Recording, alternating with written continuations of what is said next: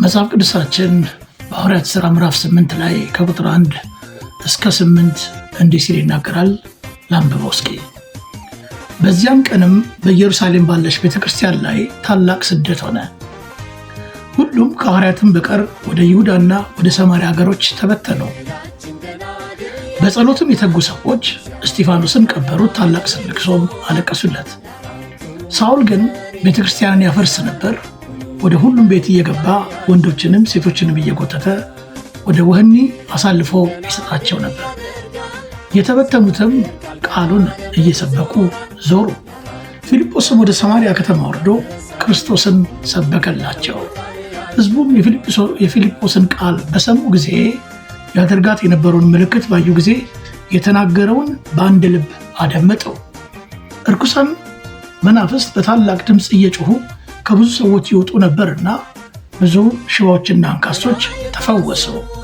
በዚያችም ከተማ ታላቅ ደስታ ሆነ ብሎ ይናገራል። ወገኖቼ ሆይ ስደትና ተልእኮ በሚል ሐሳብ ነው ይህን ቃል የምናገረው።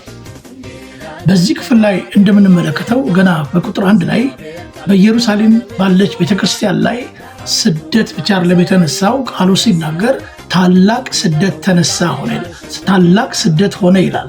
በዚህ ታላቅ ስደት ውስጥ ሁሉም ከሐዋርያቱ በቀር ሁሉም ምዕመናኑ ማለት ነው ሕዝቡ ወደ ይሁዳና ወደ ሰማርያ ሀገሮች ተበተኑ ሲል እናገኛለን። በጣም ታላቅ የሆነ ስደት ነው የነበረው። አማኞች ተበተኑ። ልብ በሉ፣ ጌታ ኢየሱስ ክርስቶስ ለደቀ መዛሙርቱ ምን ብሏቸው ነበረ? በመጨረሻው ሰዓት ላይ መንፈስ ቅዱስን ትቀበላላችሁ፣ የመንፈስ ቅዱስን ኃይል ትሞላላችሁ፣ መንፈስ ቅዱስ በእናንተ ላይ ይወርዳል። መንፈስ ቅዱስ በእናንተ ላይ በወረደ ጊዜ ኃይልን ትቀበላላችሁ። ኃይል ከተቀበላችሁ በኋላ ደግሞ በኢየሩሳሌም፣ በይሁዳ፣ በሰማርያና እስከ ምድር ዳር ድረስ ምስክሮች ትሆናላችሁ ብሏቸው ተናግሯቸው ነበረ። እንዳለውም የመንፈስ ቅዱስ ኃይል በሐዋርያት ሥራ ምዕራፍ 2 ላይ እንደምንመለከተው የመንፈስ ቅዱስ ኃይል ሙላት በመካከላቸው ተገለጠ፣ ተከሰተ። ያኔም ወንጌልን በግልጥነት መናገር ጀመሩ። ቃሉን ያመኑ ሰዎች ደግሞ ኢየሱስን ያመኑ ሰዎች ወደ እነሱ ህብረት ሲጨመሩ እናያለን። ከዛ እየቀጠለ መጣና አሁን ምዕራፍ 8 ላይ የምናገኘው ስደት ተነሳባቸው። ይሄ ስደት በተነሳ ጊዜ፣ ታላቅ ስደት በተነሳ ጊዜ ወደ የተበተኑባቸው ሀገሮች በለቅሶ በሐዘን አይደለም የሄዱት። እንደ ስደተኛ አይደለም የሄዱት። እንደ ተፈናቃይ አይደለም የሄዱት። በጣም የሚገርመው በተበተኑባቸው በይሁዳና በሰማርያ ሀገሮች በሙሉ ምዕመኑ ሕዝቡ ሁሉ የተቀበለውን ክርስቶስን ይናገር ነበር። የተበተኑትም ቃሉን እየሰበኩ ዞሩ ይላል። መበተን ገጥሟቸዋል፣ ስደት ገጥሟቸዋል፣ መከራ ገጥሟቸዋል። ግን ተልእኳቸውን እንዳይወጡ አላገዳቸውም ነበር። እምነታቸውን እንዳይናገሩ፣ ያመኑትን እምነት እንዳይገልጡ፣ ክርስቶስን እንዳይሰብኩ፣ ተልእኳቸውን እንዳይፈጽሙ ይሄ ታላቅ ስደት ወይም መበተን ሲያግዳቸው አንመለከትም። በነገራችን ላይ የስደቱ መነሳት ብቻ ሳይሆን ወቅቱን እንደምንመለከተው የታላቁ በታላቅነት ሊያዩት የሚገባቸው የእምነት አርበኛ የሆነው እስጢፋኖስ ምሳሌያቸው፣ ሞዴላቸው የሚሆነው ምሳሌያቸው የሆነው ሰው እስጢፋኖስ የተገደለበት ወቅት ነው። በሐዘን ውስጥ ያሉበት ወቅት ነው። ሐዘኑ ቢታይ በስጋት ቢታይ እጥፍ ድርብ ነው። ግን ምንም እንኳን እስጢፋኖስ ቢገደልም፣ ምንም እንኳን ታላቅ ስደት ቢሆንባቸውም፣ ምንም እንኳን ታላቅ መበተን ቢመጣባቸውም ክርስቶስን ከመስበክ ወደኋላ አላሉም ነበር። ቁጥር 5 ላይ ፊልጶስም ወደ ሰማርያ ከተማ ወርዶ ክርስቶስን ሰበከላቸው ይላል። በጣም የሚገርመው ቁጥር 8 ላይ በዚያች ከተማ ታላቅ ደስታ ሆነ ይላል። በከተማዋ ላይ ደስታ የሚባል ነገር አልነበረም። ለምን ቢባል በከተማዋ ላይ ደስታ እንዳይኖራቸው ክፉ መናፍስቶች በሐዘን መንፈስ ከተማውን ወረው ነበር። ደስታ ቢስ አድርገዋቸው ነበር። ስለዚህ ርኩሳን መናፍስት በታላቅ ድምፅ እየጮሁ ይወጡ ነበር። ብዙ ሽባዎችና አንካሶች ይፈወሱ ነበር። በፊልጶስ እጅ ደግሞ ታላላቅ ምልክቶች ይደረጉ ነበር። የዚህን ጊዜ በከተማው ላይ ያሉ መናፍስቶች መመታት ሲጀምሩ በሰዎች ውስጥ፣ በሕዝቡ ውስጥ በገቡባቸው ቦታ ተበትነው ተሰደው በገቡባቸው ማህበረሰብ መካከል ታላቅ ደስታ ሆነ ይላል። በዚያች ከተማ ታላቅ ደስታ ሆነ። ወንጌል እውነተኛ ደስታ ያመጣል። በወንጌል የሚገኝ ነፃነት፣ በወንጌል የሚገኝ አርነት ታላቅ ደስታን በሰው ልብ ውስጥ ያመጣል። በሰው ልብ ብቻ በከተማይቱ ላይ በሚኖሩ ሰዎች ላይ ታላቅ ደስታ መጣ ይላል። ታላቅ ደስታ ሆነ ይላል። እግዚአብሔር ይባረክ። ወንጌል ነው ነፃ የሚያወጣው። ወንጌል ነው ሰዎችን ከኃጢአት ባርነት ነፃ የሚያወጣ።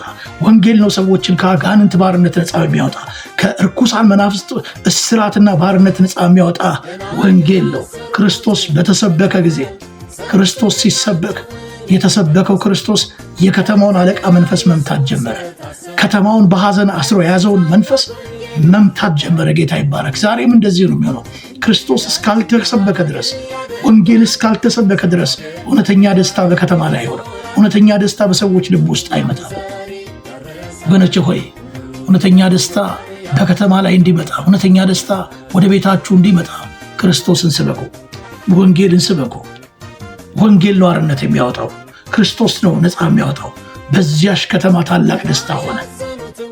የደስታ መንፈስ እንዲለቀቅ፣ ሐዘንን የሚዘራ መንፈስ እንዲመታ ከተፈለገ ክርስቶስ መንገስ አለበት፣ ክርስቶስ መሰበክ አለበት። ስለዚህ ወገኖች ሆይ ልተውላችሁ የምፈልገው ነገር ምንድን ነው?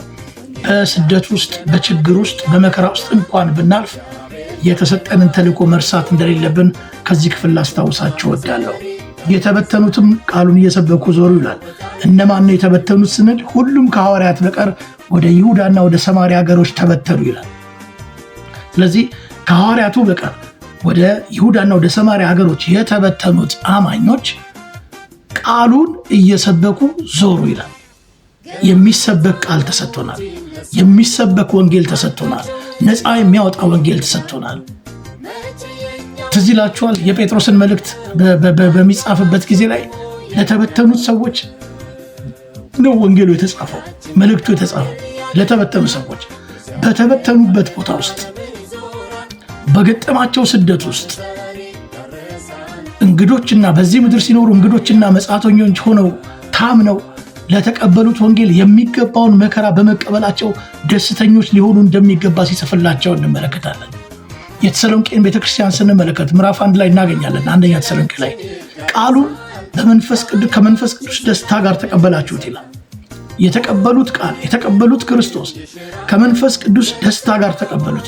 መከራ ግን መጥቶባቸው ነበር። በመከራ ውስጥ እያለፉ፣ በችግር ውስጥ እያለፉ ያመኑትን ወንጌል ይናገሩ ነበር። ስለዚህ እምነታቸው የተሰማ ነበር። ያመኑት እምነት የሚሰማ የሚደበቅ ሳይሆን የሚነገር የሚሰማ ነበር። ቁጥር 6 እንደዚህ ይላል። አንደኛ ተሰሎንቄ 1:6 ደግሞ እናንተ ቃሉን በብዙ መከራ ከመንፈስ ቅዱስ ደስታ ጋር ተቀብላችሁ እኛንና ጌታን የምትመስሉ ሆናችሁ። ስለዚህ በመቄዶንያና በአካይያ ላሉት ምዕመናን ምሳሌ ሆናችሁላቸው። ከእናንተ ወጥቶ የጌታ ቃል በመቄዶንያና በአካይያ ብቻ አልተሰማምና፣ ነገር ግን ምንም እንድናገር እስከማያስፈልግ ድረስ በእግዚአብሔር ዘንድ የሚሆን እምነታችሁ በሁሉ ስፍራ ተወርቷል ይላል። በመከራ ውስጥ እያለፉ ስለተቀበሉት ወንጌል ታላቅ መከራ እየተቀበሉ እያለ እነሱ ግን እምነታቸውን ይናገራል። በክርስቶስ ማመናቸውን፣ በእግዚአብሔር ወንጌል ማመናቸውን፣ በክርስቶስ ማመናቸውን ይናገሩ ነበር። እምነታቸው የተሰማ ነበር። እምነታቸውን ለመናገር ምንም ነገር የከለከላቸው እንዳልነበር እናያለን። መከራ አልከለከላቸውም። ችግር አልከለከላቸውም። ስደት አልከለከላቸውም። ለምን ቢባል መንፈስ ቅዱስ በእነርሱ ጋር ነበር። ከመንፈስ ቅዱስ ደስታ ጋር ቃሉን በብዙ መከራ ከመንፈስ ቅዱስ ደስታ ጋር ተቀበላችሁ ይላቸዋል። ዛሬ ወገኖቼ ሆይ ቅን ልቡናችሁን አበረታታለሁ።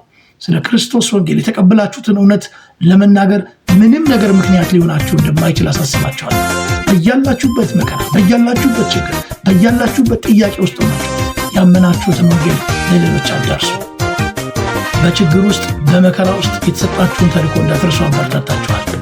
ስለዚህ ሐዋርያት ሥራ ያነበብኳቸው የኢየሩሳሌም ቤተክርስቲያን አማኞች እና አሁን በተሰሎንቄ ያየናቸው ሰዎች በዚህ መልኩ ምሳሌዎቻችን ናቸው። የተበተኑት ቃሉን እየሰበኩ ዞሩ።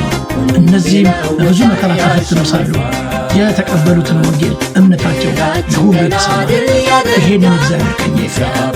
እግዚአብሔር ጸጋና ሰላም ከሁላችሁ ጋር ይሁን። መልካም አዳር ይሁንላችሁ።